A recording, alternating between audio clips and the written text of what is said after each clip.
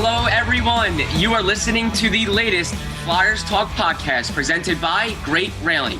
I am Jordan Hall, and as always, I am joined by the wonderful Taryn Hatcher, and we also are joined by the dynamic Joe Fordyce, our Flyers pre- and post-game live producer. Joe, Taryn, the Flyers are coming off a 7-4 win over the Capitals over the weekend. A season-high 7 goals for the Flyers, but still, we are talking about the process. The process is not all there. I think a lot of people will admit the team is 8-3-2, but there are some concerns because they are giving up a lot of shots. They are relying on some incredible opportunistic offensive play that you just feel like that's eventually going to give way, and the balance is going to swing, and all of a sudden you're going to get burned by the amount of shots you're giving up, and you're not going to convert on all the chances that you're – not all the chances, some of the opportunistic chances that you're getting.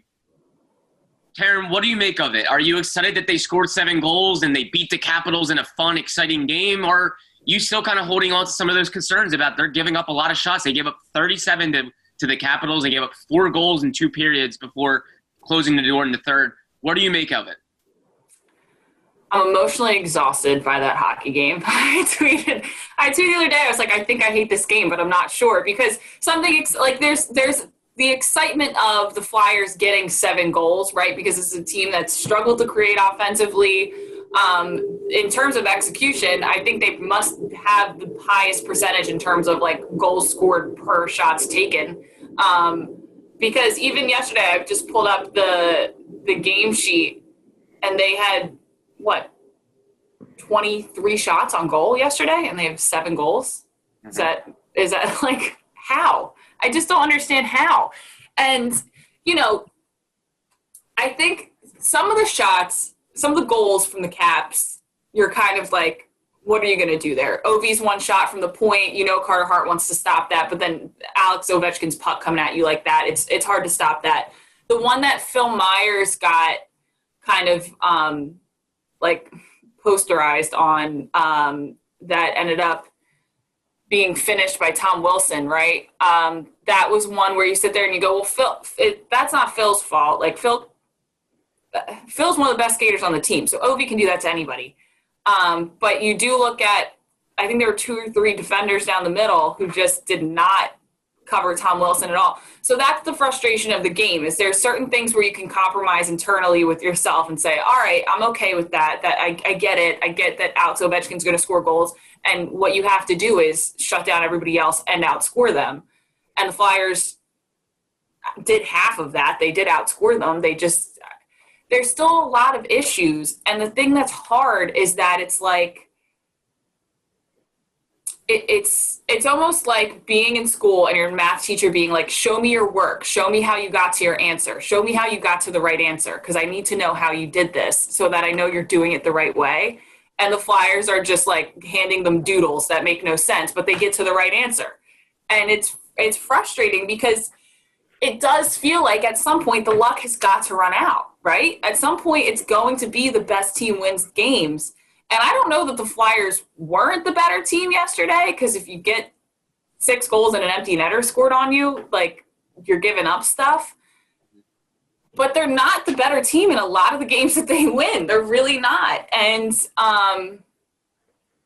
I think if the Flyers played the way they played in their second loss to the Bruins of that last set, they would have beaten the Capitals and looked better doing it than the way they played yesterday when they actually beat the Capitals. So it's very confusing. Part of me is just like, whatever, they keep winning, like, shrug your shoulders. But at some point, Alain Vigneault, like, it's like a kid getting rewarded for bad behavior. Like, that's how I imagine Alain Vigneault is, like, looking at his kids and they're being rewarded for bad behavior. And he's like, this is not what I want you to do. I want you to do it the right way.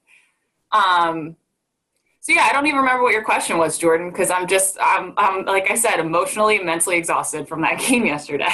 Hi, it's Brian Boucher, and let me tell you about my friend Mario and his team at Great Railing. When your deck or railing project is in crunch time, there's only one place to go. In one trip to Great Railing, you'll find everything for the whole project from start to finish in stock. They have a huge selection of highest quality products at a fraction of the cost. I know firsthand the money you will save on your project. For quality products and everyday great pricing, do what I did and call Mario at Great Railing. Call 856-875-0050 or log on to greatrailing.com. It was funny because it was a noon Eastern time game. Obviously, we know it didn't start until more closer to 12:30. But, it's a Sunday morning and everyone's probably getting up and trying to get themselves awake and ready for the Super Bowl. And boom, you just get this high-scoring affair where it's back and forth. And it's emotionally probably draining for fans. But Taryn, it really is such a weird contrast to last season. That's what's weird to me is like I can't really put my finger on it as to why they're playing this kind of way. Like if you look at last season, they had an early stretch last year where it was the fifth game of the regular season up in Edmonton. They lost to the Oilers 6-3, but the Flyers outshot Edmonton by 30, 52-22, and they lost 6-3. The very next game, the Flyers came home. They lost to the Stars 4-1, a lopsided loss, but they outshot Dallas 39-16. And I remember the Flyers and Vigneault especially was saying, we really like our process. I know it's not showing, but we like our process. We are dominating teams in shots. We're really getting chances. It's going to turn. It's going to turn. And it eventually did. It turned. The Flyers' process of outshooting teams, outworking teams, living in the offensive zone, it turned, and you really saw the process come together down the stretch. And you had to commend them for it. They were adamant about the process eventually turning. And right now they're doing the opposite. It's like they're getting outshot. There's times where they look really like the game is being taken to them, but they're capitalizing. And it's like you don't know how to feel because they're scoring 6-7 goals at times, but the process isn't always pretty. So it really is confusing. I don't blame anyone for being confused by it. Joe, what do you kind of make of it? I think when you look in particular at a game like yesterday, Taryn, you mentioned it, 23 shots, 7 goals. The goaltending for Washington yesterday was awful. And it was as bad as you could be. And that was the difference in the game, was that Carter made big saves, particularly in the first period. Like in the first 15 minutes of that game, he had to make several huge saves. And that was the difference in the game. And, you look at the other things, and Taryn, you mentioned the Ovechkin play to Tom Wilson. And yeah, Ovechkin is going to do that. But you mentioned the defensemen and the players in the middle of the ice there. I don't think Phil actually played that play that badly. If you look at his eyes are on Ovechkin's jersey. It's exactly what you're taught to do as a defenseman. The problem is Ovechkin was able to fish the puck out from between Myers' skates when he got around him. It wasn't a clean play like when Pasternak went by Ghost in the other game last week. It wasn't that. Myers did what he could. Nobody picked up Wilson in the front. So, yeah, Ovechkin's going to make a play like that. But your other guys on the ice, seemed like they got caught Ovechkin watching. They were watching to see what he was going to do. Meanwhile, Myers was the guy actually playing it the right way. But overall, I feel like there are so many times in these games where they have so many breakdowns that are in clusters that are all together, where it just seems like the other team is on a power play for 5 minutes at a time. And I mean, yesterday there were a couple stretches in that game where I'm thinking to myself, when's the last time the Flyers had possession in the offensive zone? Yep. One of them was when they were actually on a power play for 4 minutes at a time, Joe. Right, right, exactly. Yeah, it's very it's baffling. Carter has had to bail them out several times. And I would just say, when you look at that game yesterday, just as an example, look at what the Capitals' top line. You have Ovechkin, 2 goals, 2 assists. Backstrom had 3 points. Wilson had a bunch of points. I think the top line combined for 11 points. I don't see that from the Flyers. And I think that's another part that's going to it's going to come back and bite them. I mean, they scored 7 goals yesterday. Giroux had 0 shots on goal. I don't think Voracek had a shot on goal. You have I think there's too many of the bigger guys on this team that just kind of fade into the rhythm of the game and you don't notice them as much as you should. And, this has been the theme with the Flyers in in previous recent years, where their third line, maybe you would say, is sometimes their best line. And I don't think that's healthy for a team that has aspirations of making a deep playoff run. But I will say James Van Riemsdyk has been the absolute best thing that's happened to this team. He's a force this year and looks like a totally different player.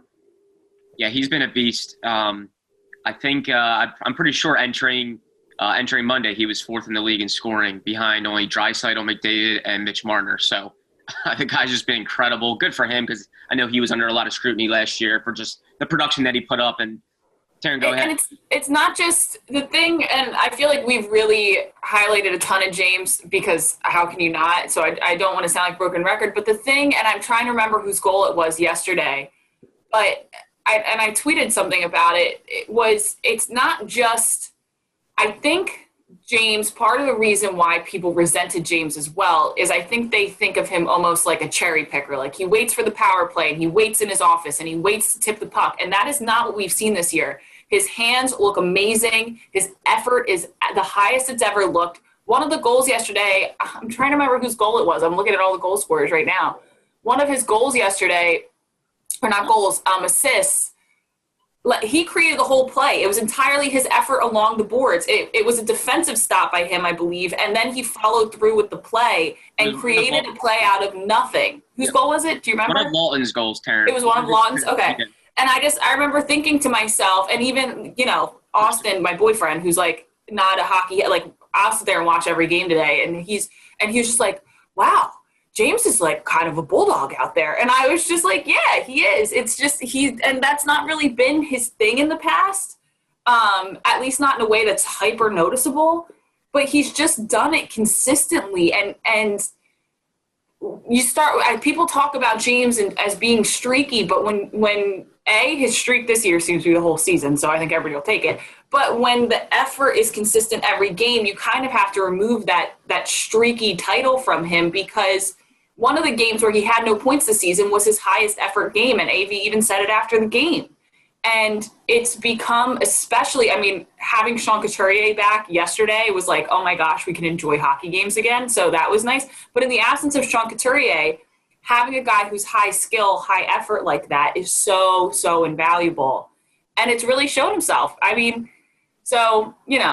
It's just, good on James, because at 31 years old, he's doing all the tough stuff that I think most players, as they hit their 30s, tend to peel back from a little bit, especially when they're skill guys. So, it's kept this team in games, and it was certainly, again, on display yesterday. Yeah, and credit to James Van Riemsdyk. Alain Vigneault mentioned today in his media availability that James has had a lot of head coaches in his career. Obviously, he's a veteran guy that's been with two teams, and you start dealing with different coaches, different styles, philosophies.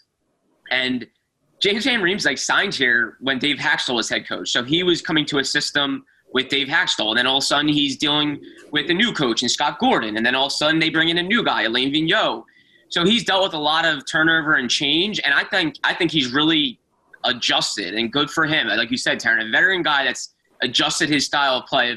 Okay, you know what? This coach really likes 200-foot play, tenacity on the forecheck. That's what I have to do. And now he's getting the rewards of it. He is adjusted, and he's getting rewarded. Good for him. Joe, how much do you think some of the up and down play in terms of the Flyers being outshot a lot and being in their own zone a lot is personnel driven? It's sometimes I'm confused by this as well, that, okay, maybe they lost to Matt Niskanen, and then they brought in an offensive-minded guy in Eric Gustafsson. And then they lose a Tyler Pitlick and a Derek Grant and a Nate Thompson, guys that are known to be greasier and bottom six style north-south guys. And then obviously they have younger kids with more offensive talent like Patrick and Lindblom and Farabee playing bigger roles. Maybe it's a personnel thing. And you know what? Maybe the Flyers are changing their style a little bit. Maybe they were more of a north-south get-after-you team last year, and this year they're going to be more opportunistic, offensive-driven. I can't quite tell, but do you think it's personnel-driven at all? I think that's definitely part of it. And I think the one that you didn't mention there is Couturier being out for most of these games. Yeah. And he clearly is the best example of a 200-foot player that they have. I feel like a little bit of why that Boston top line ran wild against this team is because Couturier wasn't in there, because he would come in and he would cancel out Bergeron usually, and Bergeron's the one that makes that whole thing go. Pasternak obviously is the best goal scorer, but I feel like Bergeron's the one that makes it all go, and that is Couturier's assignment every time they play Boston. So when Couturier's in there, and I think a couple guys on the broadcast said it yesterday, Jonesy being one of them, everything's kind of like in the right place. So everybody's settled when he's in there, and then that changes the way that you play because there's other guys that are not compensating for him not being there. So we'll see. I mean, time will tell if they're, able to cut down on the amount of shots they allow. I also think the reason they're getting outshot a lot of times is this team this year has had some issues with not taking opportunities that are put in front of them to get shots on goal. So I feel like that is a lot. I mean, yes, the Flyers are giving up a lot of shots. I feel like they're passing up a lot of shots as well. Maybe that's a little bit of a problem. I mean, we've seen this problem with Ghost in the past, and I feel like it's kind of come up in the recent games. He'll get the puck and make a move at the blue line and then shoot it directly into a guy's pads. Now, generally, when you get the puck and you make a move right away at the blue line, you're making a move to get the puck around a defenseman. And I feel like it goes the other way on him sometimes, which is also very dangerous for a breakaway to possibly go the other way. So I feel like the amount of – they're not always seizing the opportunity, which can also lend itself to the big shot differentials that we've seen. So hopefully that improves as well. Flyers Talk is presented by Wells Fargo. When our communities need us, Wells Fargo is here to help. Taryn, I wanted to ask you, yesterday, Sunday's game against the Capitals obviously was a little different, a little more unique in the sense that there was somewhat of a COVID-19 protocol situation. Travis Sanheim did not play in the game. He was a late scratch because he was placed on COVID protocol. COVID protocol does not necessarily mean that player tested positive for the coronavirus. There's a number of contributing factors, but he was unavailable because of COVID protocol. The Flyers had to go through a situation where they had to wake up pretty early. It was a noon game, so they were up by 6:15 a.m. to go through a rapid test situation. The test came back negative for a lot of staff, and not a lot, I want to say, for all staff and players, and all parties felt it was appropriate to play. All parties being the NHLPA, the NHL, both teams, medical personnel. So they played the game, but Sanheim was out for COVID protocol. Is this just kind of going to be par for the course now in this season? There's going to be a lot of these situations where a player maybe is a late scratch and you wonder why, and you have to go through adjustments. I think that's just going to be a roll with the punches type of thing. What do you think? Oh, 100%. I mean, we've already seen, and the Flyers were impacted this week. I know we just got our broadcasting schedule adjustments and everything, how COVID in the East Division has already, changed some games and some dates of games and this, that, and the next thing. The interesting thing I remember when the players went back after the pause, went to the bubble, one of the things, and Elliot Friedman pointed it out on his podcast, was that they acknowledged from the get-go there may be positives at some point in time. This could happen. And we've decided, and the NHLPA has decided that, a positive test here or a positive test there is not going to completely shut down the operation. It was something that we discussed at length and the ramifications of it and all of that.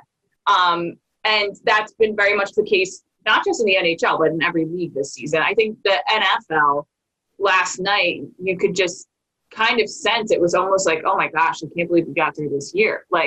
And I think that's kind of going to be the case. You can only limit so much in terms of having a family bubble where the players' families are just around each other. But you can go into a Target and someone could have touched something right before you touched it, and they were tested positive, and now you have enough of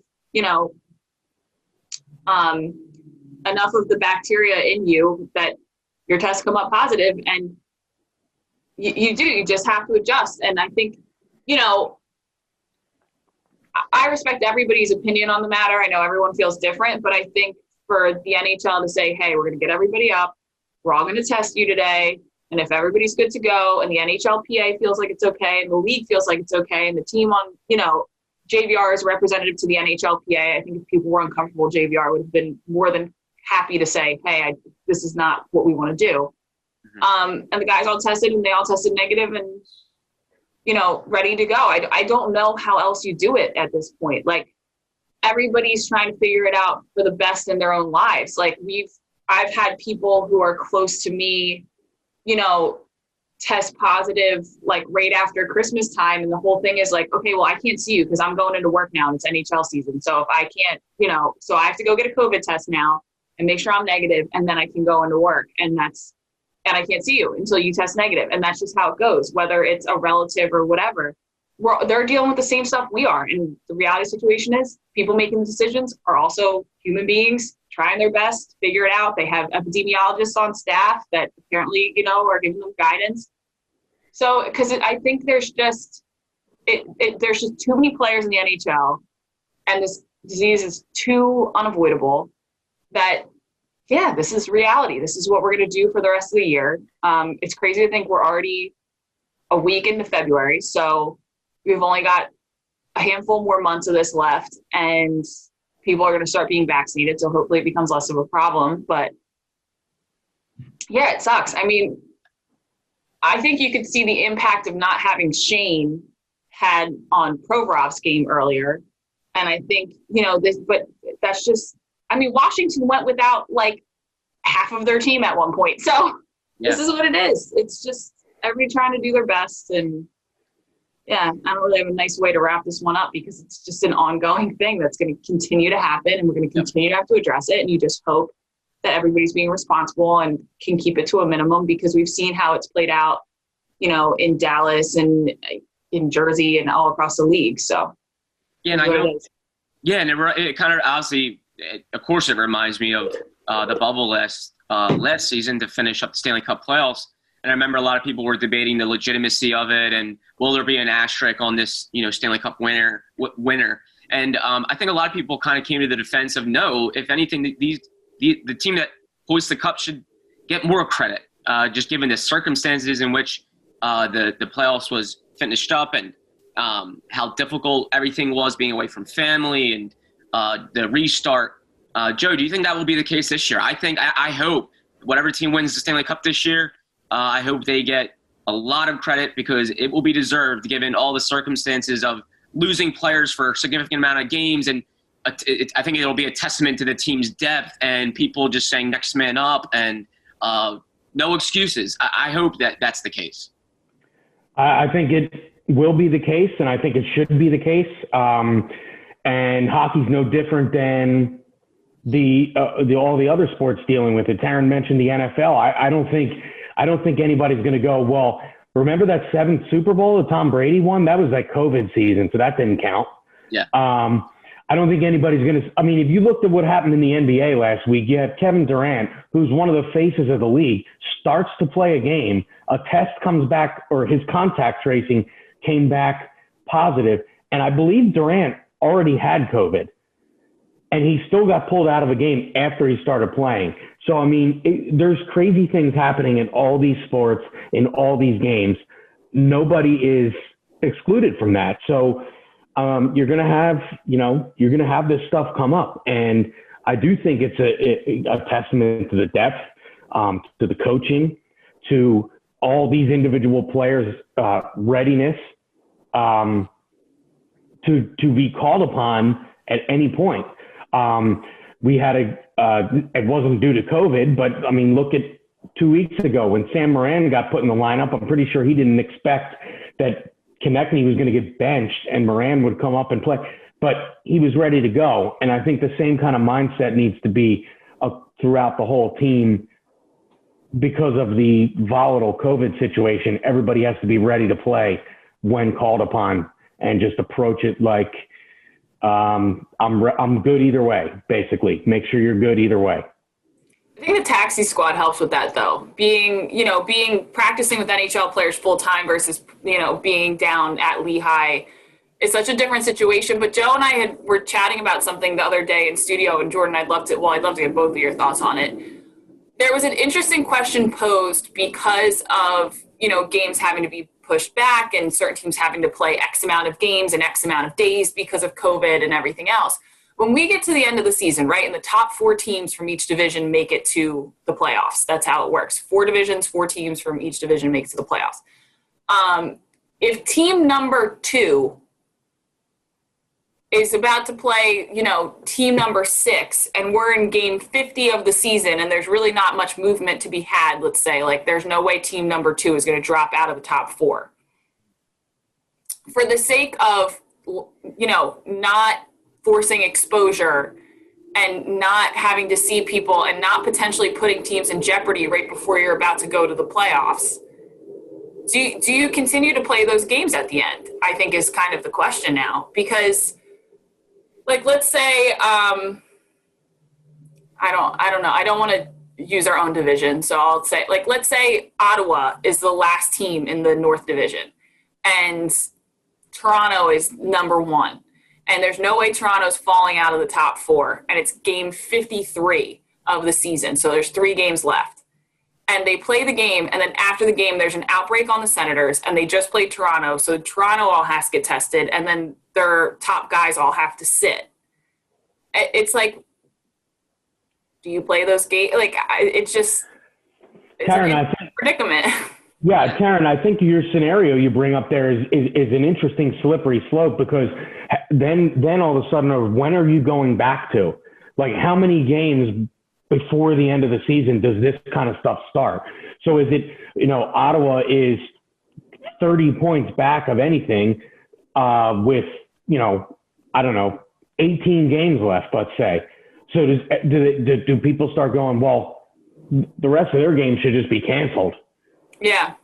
I mean, it's fair. It's like if you get I just bring it up because I remember somebody giving a hypothetical. Let's say there's a COVID outbreak on the Sens and they're about to play Toronto and that game has to be postponed.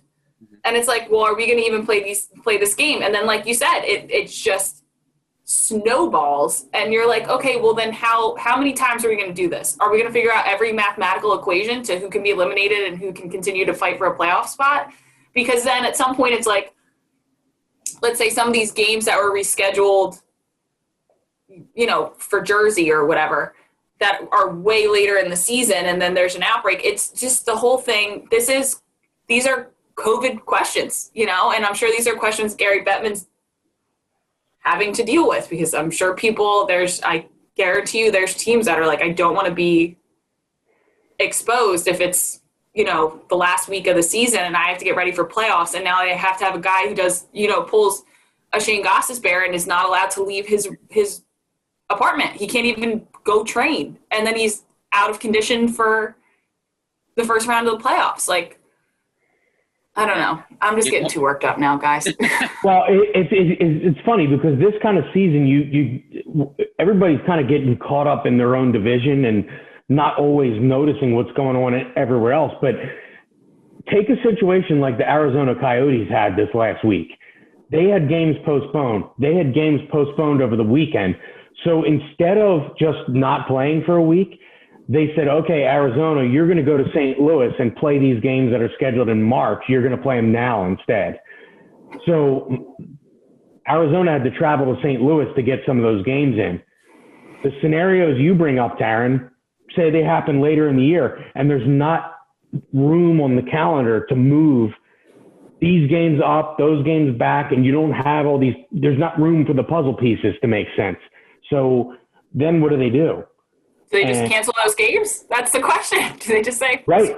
But what if it's games, and you mentioned the Senators, but what if it's games that don't involve the Senators and it's games that involve 2 teams fighting for a playoff spot? I think that's where you get into a real tricky situation. And I'm sure these are things that they're going over at the NHL offices every single day, how they're going to deal with this kind of stuff. Hopefully by, April and May, the numbers come down and maybe it's not as big of a risk, But certainly right now, you can only deal with what's in front of you. And what's in front of us is that this is still a very big factor in this season. Yeah, there's certainly ripple effects everywhere. If you think about it, the Flyers have had only 2 players be placed on COVID protocol so far, Travis Sanheim, Shane Gostisbehere, and they just had 4 games rescheduled by the NHL because the ripple effects of other teams dealing with much larger case numbers or much larger number of players being placed on COVID protocol and games being postponed, and that postponement having an effect on a game down the line. So, yeah, ripple effects everywhere. Everyone's going to have to adjust, and let's just hope everyone stays as safe as possible. And we can hopefully continue this season and continue to play games as safe as possible. You deserve a home that's beautiful, cozy, and stylish. At Overstock, you don't have to choose between low prices and quality. Find new, on-trend home goods that reflect your taste and don't compromise on value. You can design a space that feels like home, all under budget. Plus, in the continental U.S., you get free shipping on everything. With all the worries of the world, make your home your happy place. Invest in an area rug that will tie your whole room together, a light fixture that will bring a cozy vibe, or a new sectional sofa that brings welcome comfort after a long day's work. Overstock makes quality living affordable so you can embrace the new year with a fresh perspective and a positive outlook. Start the year off with a safe, comfy, and functional space and do it all at a smart value. Visit Overstock.com/deals and start saving today. Overstock is where quality furniture and decor cost less. Interesting thing, guys. PointsBet released their odds for goaltenders who are most likely to win the Vezina for this year, and Carter Hart has actually got the second best odds, right behind Andrei Vasilevsky. He's a plus 700. We've seen Carter have some rough games this season, come up huge this season. He had stopped 33 shots on. He made 33 saves on 37 shots against Washington on Sunday. We saw him bounce back pretty well from some brutal early season games in which the team didn't really help him out. But Joe and then Jordan, wondering, do you think some of it's the hype around Carter, or do you think it's really just what Carter's been able to show lately that's got him just behind Vasilevsky for most likely to win the Vezina this year? Well, Taryn, I think it's also there's another aspect here, and I think there's just a lack of good goaltending in the NHL. Because when you look at that list and you go beyond the Carter and the Vasilevsky, you're like, wait, these are the next best goaltenders in the league? I mean, Tuukka Rask, I think, is 8th or 9th down the list. I mean, that's a Stanley Cup winning goaltender. Now, I know, he left the team in the bubble last year and in the playoffs and all that stuff. But, I mean, he's a proven goaltender. And there's just not a ton of great goaltending out there. So I think when you look at it, Vasilevsky, I think we'd all agree, is the best goaltender in the league. And why not Carter being the second one? I mean, he's certainly getting tested as much as any goaltender in the NHL this season so far. The thing, Jordan, it's interesting because we always talk about, I think when we talk about Carter a lot within the grand scheme of the league, the Carey Price conversation always comes up because he obviously, idolized Carey his whole life. They saw each other in the postseason last year. But, I mean, 22-year-old Carter Hart at a plus 700 is 2 spots above Carey Price, who's got the 4th best odds. He's plus 1,000 to win the Vezina. Are you surprised by these names and where they fall? For those of you wondering, it's Vasilevsky, then Hart, then Connor Hellebuyck, and then Carey Price. And Jacob Markstrom is in there at 5th best odds. But Carey and Jacob Markstrom are both plus 1,000. So, I mean, surprised to see Carter in front of his idol Carey there? I am a little bit. I think Carter Hart's starting to put his name in the conversation for sure. I think people are starting to hear more and more about him and why people are so excited about his future and how he's kind of arrived. So I think we're hearing more and more about him. So his name's starting to get out there league-wide. But I would definitely say I'm a little surprised he's ahead of some of those names, just given the names, given the notoriety those names have received in the past. That definitely surprises me a little bit. But like Joe said, he's facing a lot of shots, and people know he's only getting better. So I think that's the exciting thing. Sometimes you hear some of these names, they've already done it before, and you wonder maybe eventually they're going to start to kind of have their downward slope, whereas Carter's only getting better. And that's the exciting thing about him. So I am definitely surprised, but I definitely don't think he doesn't deserve to have his name in the conversation. I think he could have his name in the conversation. And I feel like each of his seasons so far, he just continually gets better. He might have an early hiccup, but then he just gets better and better. So good for Carter Hart. That's exciting. I think that shows the Flyers have something to build around in net. Yeah, it is interesting, Joe, to your point as well about the goaltender fall off. You get outside the top four. Jacob Markstrom is a pretty well-known name. But then Robin Lehner, a guy who struggled just a few years ago, is right behind Markstrom. And then Tuukka, Mackenzie Blackwood, Braden Holtby, Jordan Binnington is a little bit further down on that list.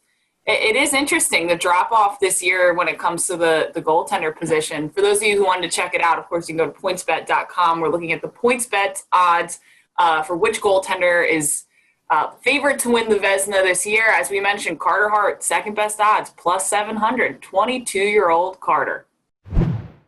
What's going on, everybody? It's your man, Doug Smith, alongside Will Lowry, welcoming you to Beyond the Fairway, Golf Channel's newest weekly podcast. Not only are we asking you to listen to us, but we want you to hear us wherever you get your podcasts. There's plenty of games coming up on NBC Sports Philadelphia. That is for sure. The Flyers have a busy stretch here. They play Tuesday, they play Thursday, Saturday, and Sunday. All four of those games on NBC Sports Philadelphia. So fans, make sure you catch Taryn Hatcher on pre- and post-game live, and make sure you watch those shows, which will be produced by our very own Joe Fordyce. Taryn Hatcher, thank you so much. As always, great chatting with you. Cannot wait to talk to you again. Joe Fordyce, thank you so much for joining us. Cannot wait to watch pre- and post-game live. A special thank you to Ben Berry, our podcast producer. And Flyers fans, of course, as always, thank you for listening to the latest Flyers Talk podcast presented by Great Railing. Wherever you get your podcast, please rate and subscribe, and we cannot wait to talk to you next time.